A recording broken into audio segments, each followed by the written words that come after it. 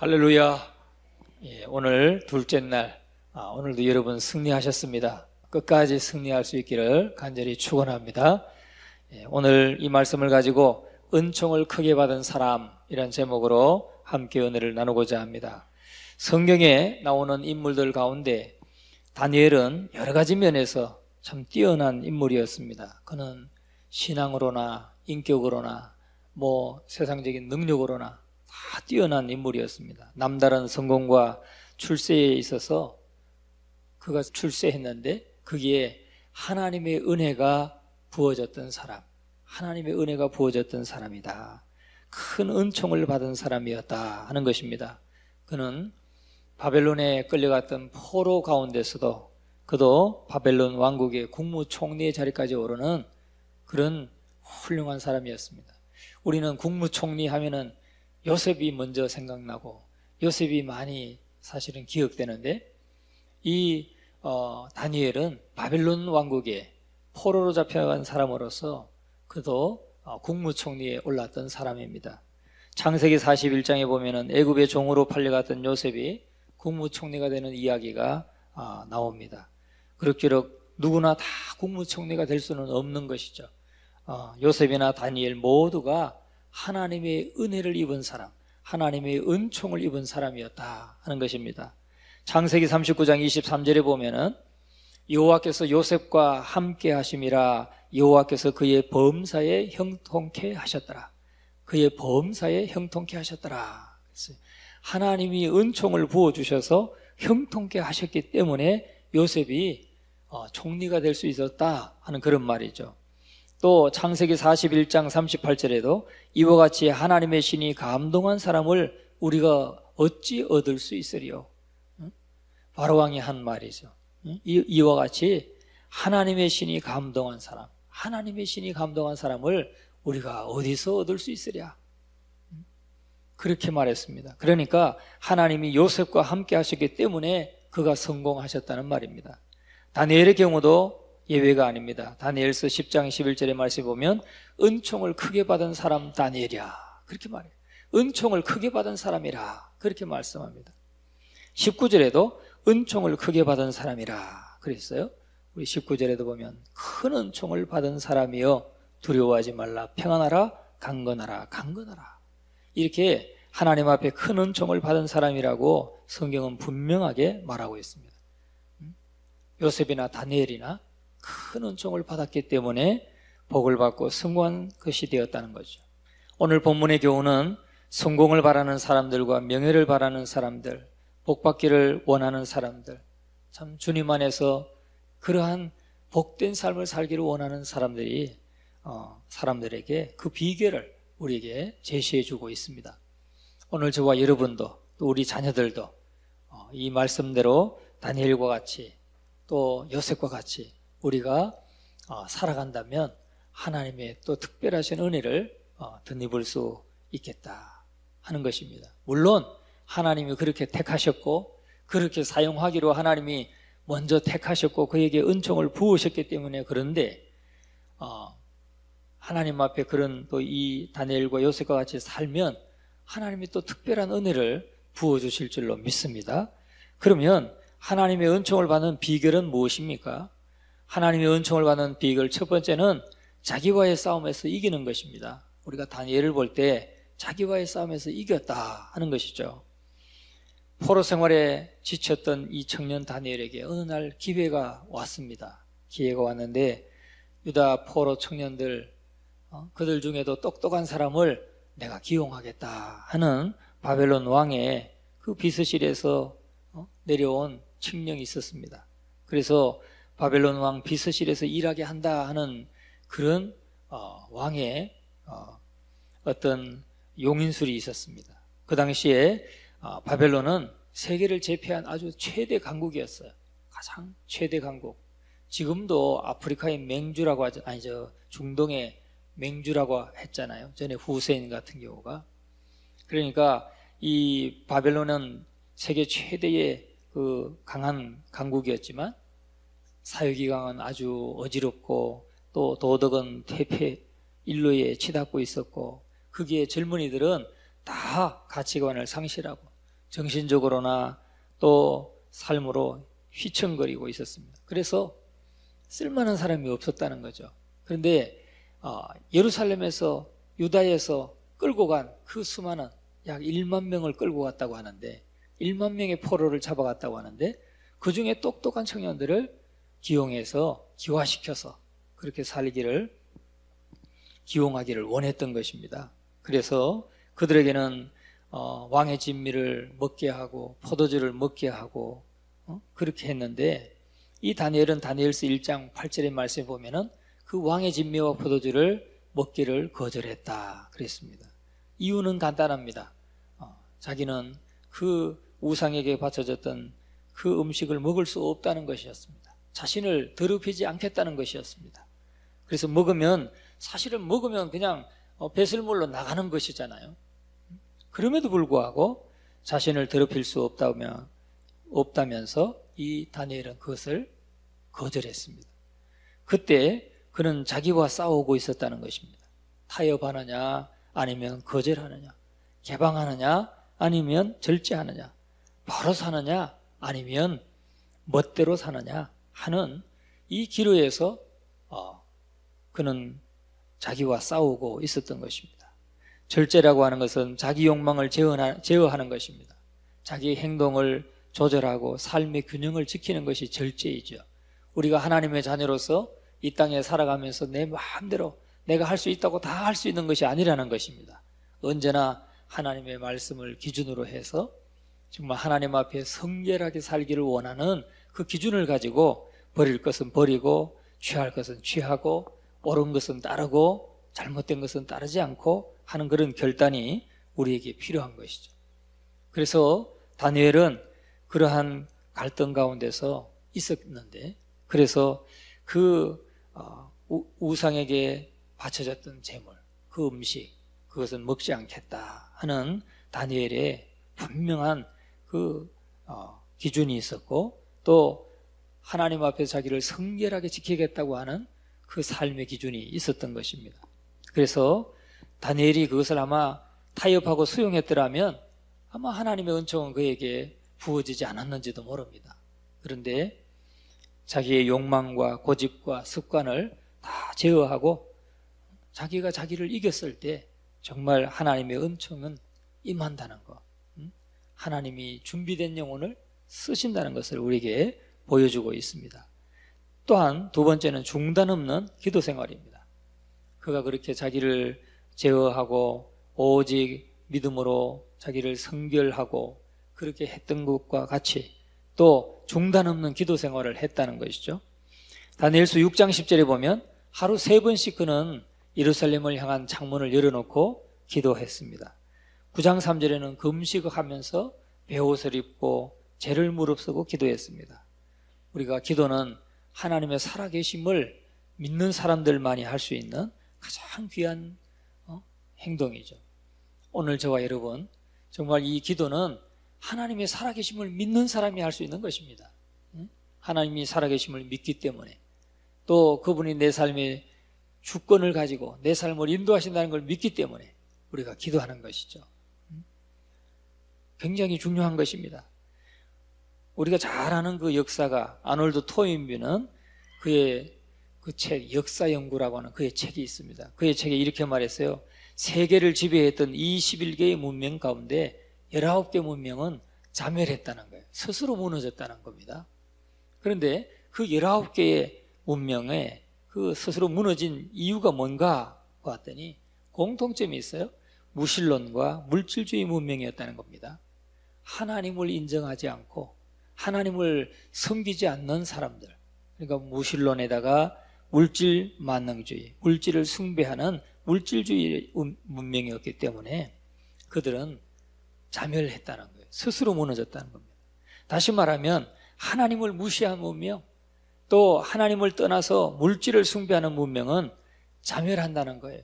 그게 개인에게도 마찬가지고 개인에게도 적용되는 것이고 어떤 사회에도 또 나라에도 적용되는 것입니다. 다니엘은 하나님과 대화를 통로를 개설하고 늘 기도했던 사람입니다. 하루에 3번씩 기도했던 사람입니다. 저는 오늘 저와 여러분들이 정말 하루에 3번씩은 꼭 기도할 수 있기를 바랍니다. 그리스도인들 중에도 회사에 가면 식사할 때 기도도 안 하고 식사하는 분 계실 거예요. 분명히 있습니다. 학생들도 학교 가면 기도 안 하는 친구들 제가 봤어요. 저는 늘 기도하고 밥 먹었는데 기도하고 밥 먹는 친구는 사실 그 수백 명의 아이들 가운데 몇 명 안 되더라고요. 식탁에 딱 식판을 들고 오면 기도하고 밥 먹는 아이가 별로 없습니다. 기도를 하면 나중에 아이들이 묻죠. 또 제가 한 번은 아니 불교 학생회장인데 이 친구가 같이 식사를 하는데 이제 식당에서 고등학교 때예요. 이렇게 쭉 와서 이제 자릿자리에 빈자리에 앉잖아요. 앉았는데 아니 얘는 분명히 불교 학생회장인데 기도를 하는 거예요. 그래서 너 누구한테 기도했냐 물었더니 군대에서 하는 것처럼 자기는 농부한테 이 음식을 준비하느라고 고생한 농부한테 또 우리 부모님한테 감사하다고 그렇게 기도했다는 거예요. 참 불교 학생회장도 참 부모님한테 할망정 하는 거 봤어요. 그런데 그 수많은 수백 명의 아이들이 식당에서 밥을 먹어도 딱 식탁을 갖다 놓고 앉아서 이렇게 보면 기도하는 아이는 참 없더라고요. 몇 명 안 돼요. 여러분 직장에 가서도 그런 분 혹시 계실지 모르겠어요. 여러분은 꼭 기도하시기 바랍니다. 하나님 앞에 기도하시는 분. 그 적어도 식탁에 앉아서 기도해도 3번은 기도하잖아요. 그때마다 한 번씩 더 붙이면 되는 거예요. 예를 들어서 정말 식사기도 할 뿐만 아니라 또 하여튼 우리가 2번, 3번 하나님 앞에 더 기도하고 나갈 수 있는 우리 모두가 될 수 있기를 주님의 이름으로 축원합니다. 영국 회중교회 목사였던 조세프 파크 박사님은 그렇게 말했습니다. 그 사람의 얼굴을 보면 기도하는지 안 하는지를 알 수 있다. 늘 기도하는 사람의 얼굴은 정원에 핀 꽃처럼 아름답고 향기롭다 그랬어요. 여러분 얼굴을 보면 얼굴이 환하고 꽃이 피는 분, 기도하는 분인 줄 믿습니다. 어찌 아멘 소리가 이렇게 적습니까? 기도하는 분인 줄 믿습니다. 얼굴에 표시가 난다는 거예요. 표시가 날 수 있기를 바랍니다. 정말 기도하고 모든 걸 맡기고 하나님 앞에 나가면 하나님이 마음에 평안을 주시고 얼굴에 빛을 주실 줄로 믿습니다. 라디오 전파는 1초에 29만 9,274km를 간다고 합니다. 이 라디오 전파는 음속보다도 100배나 빠르대요. 그런데 라디오 전파보다도 더 빠른 게 있어요. 이 세상에서 가장 빠른 전파가 있는데 그 전파는 기도의 전파라는 겁니다. 기도는 기도하는 순간 그냥 하나님이 아시고 하나님이 들으시는 거예요. 믿습니까? 믿습니까? 예, 기도는 빛이 가는 속도가 있고 음속도 있고 전파도 있는데 전파가 음속보다 더 빠르다는 거예요.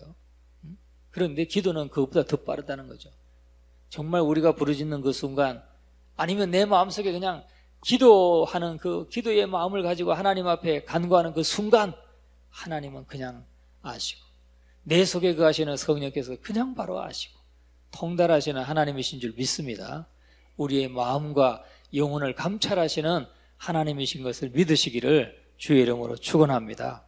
다니엘은 그 기도의 능력을 믿었기 때문에 하나님께 기도하기를 힘썼던 것입니다. 기도하지 않아도 성공하고 출세할 수 있습니다. 그러나 그것은 짧다는 것이죠. 짧고 또 그 결말이 그렇게 아름답지는 않은 것을 많이 볼 수가 있습니다.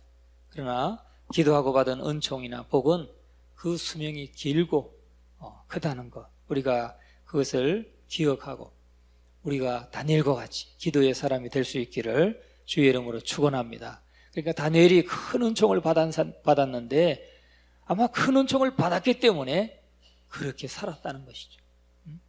또 큰 은총이 그에게 그런 삶으로 나타났다는 것. 오늘 우리도 그렇게 산다면 그게 큰 은총이 거기에 임하고 있다는 것을 우리가 알아야 되겠다는 겁니다. 두 번째는 큰 은총을 받은 후에 무엇이 오는가 하는 것입니다. 큰 은총을 받은 후에는 강건하게 됩니다. 오늘 18절과 19절 같이 한번 읽어봅니다. 또 사람의 모양 같은 것 하나가 나를 만지며 나를 강건하게 하여 이르되 큰 은총을 받은 사람이여 두려워하지 말라 평안하라 강건하라 강건하라. 그가 이같이 내게 말하매 내가 곧 힘이 나서 이르되 내 주께서 나를 강건하게 하셨사오니 말씀하옵소서. 강건해진다는 거예요. 노벨 의학상을 받은 알렉시스 게렐 박사가 이런 말을 했습니다. 기도할 때 심신을 위한 가장 강력한 지적이고 도덕적인 스태미나를 생산하는 호르몬이 분비된다. 기도할 때. 믿습니까?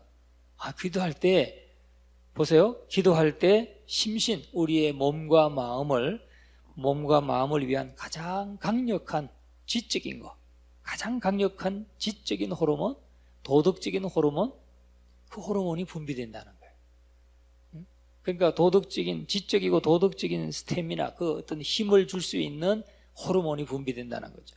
기도할 때 하나님께서 그건 세상적인 말이지만, 이 세상적인 의학적으로 분석해서 내놓은 말이지만, 우리가 기도할 때 그러한 우리에게 호르몬이 분비되고 건강을 위한 모든 것들이 준비된다는 거죠.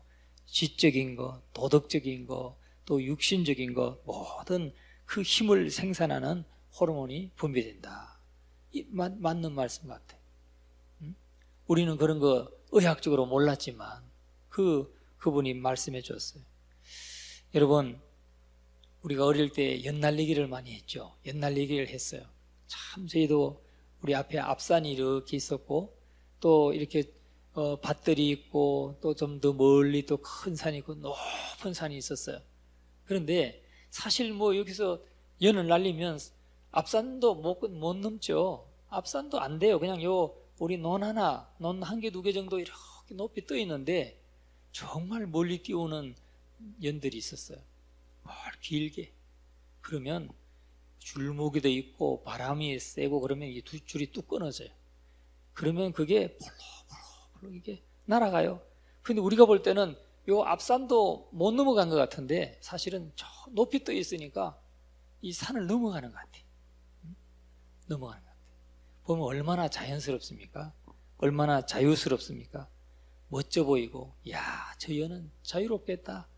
그렇게 생각하지만 사실은 그 연은 강물에 빠지든지 아니면 산에 그냥 나뭇가지에 걸리든지 죽은 연이 그런 것입니다. 연이 바람을 타고 높이 떠 있을 때, 줄에 잡혀 있을 때 그 연이 정말 아름답고 또 아래를 볼 수 있는 것이지, 줄이 끊겨가지고 날려가면은 죽은 거예요. 생명이 없는 연인 것입니다. 오늘 그리스도인이 마찬가지라는 거예요. 그리스도인이 기도의 줄로 하나님과 연결되어 있으면 그게 구속되어 있는 것 같지만 거기에 정말 능력이 있고 승리가 있고 삶의 아름다움이 행복이 있지만은 이 기도의 줄이 끊어져 있고 단절되어 있고 하나님과 연결되어 있지 않으면 자유로운 것 같아도 그게 자유로운 게 아니라는 거죠. 자유로운 것 같아도 자유로운 것이 아니라 그는 생명력을 잃어버린 영과 같다 하는 것입니다. 오늘 저와 여러분은 언제나 하나님과 연결되어 있는, 기도로 연결되어 있는 저와 여러분 될 수 있기를 주님의 이름으로 축원합니다. 또 두 번째는 두려움이 없어진다는 거예요. 19절에 보니까 두려워하지 말라 그랬어요. 은총을 크게 받은 사람은 두려워하지 않는다는 것입니다. 누가복음 1장 28절에도 천사 가브리엘이 마리아를 만나서 은혜를 받은 자여 평안할지어다 주께서 너와 함께 하시도다. 은혜를 받은 자여 평안할지어다 주께서 너와 함께 하시도다. 은혜를 받으면 평안합니다. 할렐루야. 앞에 산적한 문제가 있고 어려움이 있어도 은혜를 받으면 그게 아무것도 아니고 충분히 내가 이겨나갈 수 있다고 믿어지고 걱정이 되지 않습니다. 평안이 넘치게 되어 있습니다. 오늘 저와 여러분들에게 하나님께서 크신 은혜를 베풀어 주시기를 간절히 축원합니다. 큰 은총을 부어주셔서 모든 삶의 평안한, 지금 마리아 이제 처녀인데 그가 아들을 잉태하게 될 것이라는 이런 천사의 전가를 받았을 때 얼마나 사실은 불안한 일입니까? 도대체 이게 무슨 일이냐? 도대체 이게 있을 수 있는 일이냐? 아마 불안하고 너무너무 어려운 일이죠. 그런데 평안할지어다. 은혜를 받은 자의 평안할지어다 말씀하고 있습니다. 주님이 함께 하시고 은혜가 임하면 평안이 넘치고 두려움이 없어지는 줄 믿습니다. 그러한 평안이 오늘 저와 여러분에게 함께하기를 간절히 축원합니다. 그런데 신앙생활 하다가 우리가 걱정하고 두려워할 때가 언제입니까? 걱정하고 두려워할 때는 믿음이 약해졌기 때문에, 주님을 향한 관심이 다른 곳으로 기울어졌기 때문에 그런 것이죠. 오늘 저와 여러분에게는 늘 주님이 함께 하심으로, 주님이 은혜를 베풀어 주심으로 평안이 넘치고 두려움이 없는 삶이 되기를 간절히 축원합니다. 그리고 하나님의 뜻을 알게 된다는 거예요. 하나님의 뜻을. 20절 말씀을 같이 한번 읽어봅니다. 20절, 21절 같이 읽어봅니다. 그가 이르되 내가 어찌하여 내게 왔는지 내가 아느냐? 이제 내가 돌아가서 바사 군주와 싸우려니와 내가 나간 후에는 헬라의 군주가 이를 것이라. 오직 내가 먼저 진리의 글에 기록된 것으로 네게 보이리라. 나를 도와서 그들을 대항할 자는 너희의 군주 미가엘 뿐이니라. 아멘. 하나님께서 다니엘에게 하나님의 섭리와 계획을 알려주셨습니다. 그 바벨론이 어떻게 될 것인지, 바벨론이 페르시아에게 망하고, 페르시아는 또 헬라에게 망하고, 또 헬라는 또다시 망하게 되는 그 역사가 어떻게 흘러갈 것인가를 그에게 보여주었어요. 은총을 받게 되면 하나님이 그 섭리와 주권을 가지고 인도해 가시는 그것이 보인다는 거죠. 모든 사람이 다 보는 것은 아닙니다. 하나님은 이렇게 하나님의 말씀을 통해서 우리에게 보여주셨지만은 은혜를 입지 못하면, 성령의 충만함을 입지 못하면 결국 우리가 그것을 깨닫지 못한다는 것이죠. 그러나 오늘 저와 여러분이 하나님의 말씀을 읽을 때 늘 하나님께서 그 역사가 어떻게 진행되고 어떻게 갈 것인가를 밝히 깨닫게 하시는 그런 은혜가 있기를 간절히 축원합니다. 하나님의 뜻을 알고 늘 그 뜻을 쫓아서 살아가는 그런 저와 여러분이 될 수 있기를 주의 이름으로 축원합니다. 은혜를 받을 때에 맡은 일에 충성을 다하게 되고, 은혜를 받을 때에 평안한 삶을 살 수 있고, 은혜를 받을 때에 우리가 서로 사랑하고 화목할 수가 있습니다. 오늘 다니엘처럼 큰 은총을 받은 사람 우리 모두가 될 수 있기를 주의 이름으로 축원합니다.